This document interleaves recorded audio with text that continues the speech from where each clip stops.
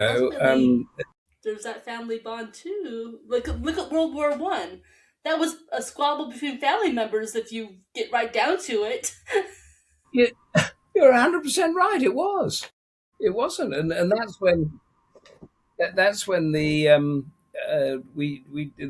our royal family changed its name to Windsor. So that it wasn't seen as a German family, which essentially it was at the time. Yeah, Yeah, yeah, yeah. It's yes, that was a interesting thing when family you look a squabble. little deeper. That was a family squabble that when basically it was squabbling over the family silver and who ran Europe. That's what the squabble was about. Um, and the people who wanted to run Europe, of course, survived in their big houses and everything, and the cannon fodder was sent to die. Yep, exactly.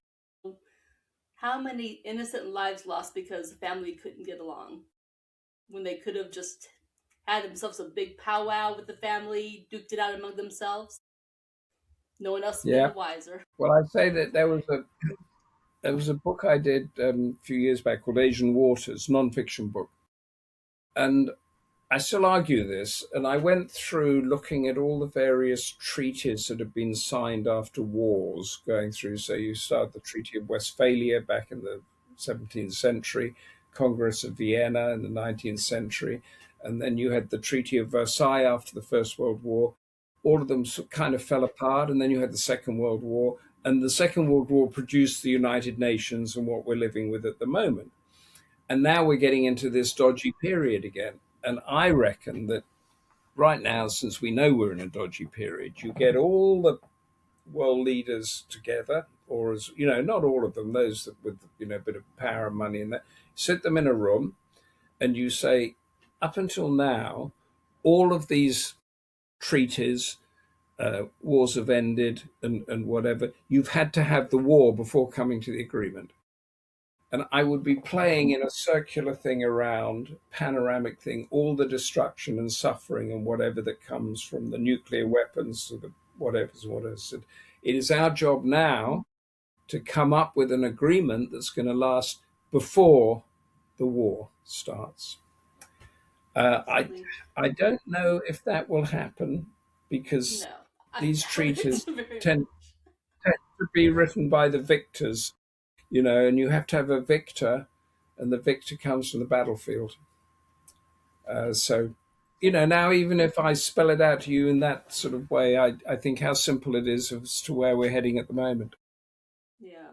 Yeah, I mean, my brother has occasionally commented that we will probably see World War III in our lifetime. I hope he's wrong, Hmm. but there are people who have that opinion. And me, I'm just a simple, very simple person. I think, you know what? I wish that they were not allowed to have people fight their battles for them. I wish that they could be locked in a room together, all the people who disagree, and they have to fight their own battle. Yeah, Because yeah, maybe they would think about it like, I don't want a bloody yeah, nose. Let's figure out how we can make this work. yeah. And But leave us to like I do said, our I'm a podcast. simple person.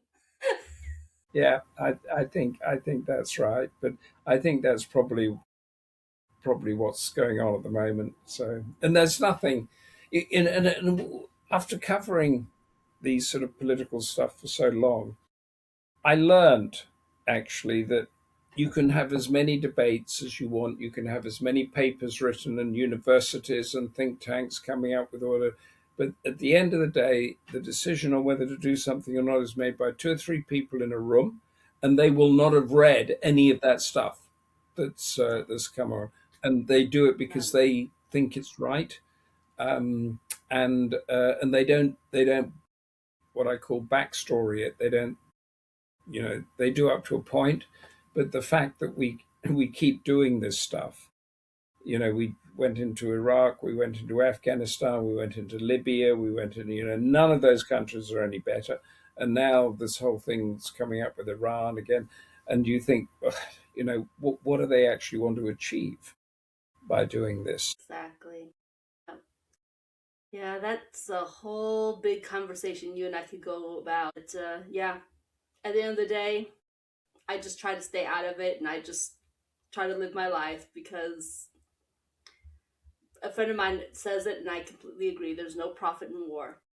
War just begets more war, it begets more problems, and the world has enough problems without adding that. Yeah, well, there we go. We've nailed that one, haven't we, Zoe? What a great. I I've got it think all right in so. my mind. It's all nailed. You and I have a good time. We can spend a lot of time talking in general, I think, and have probably not run out of things to talk about.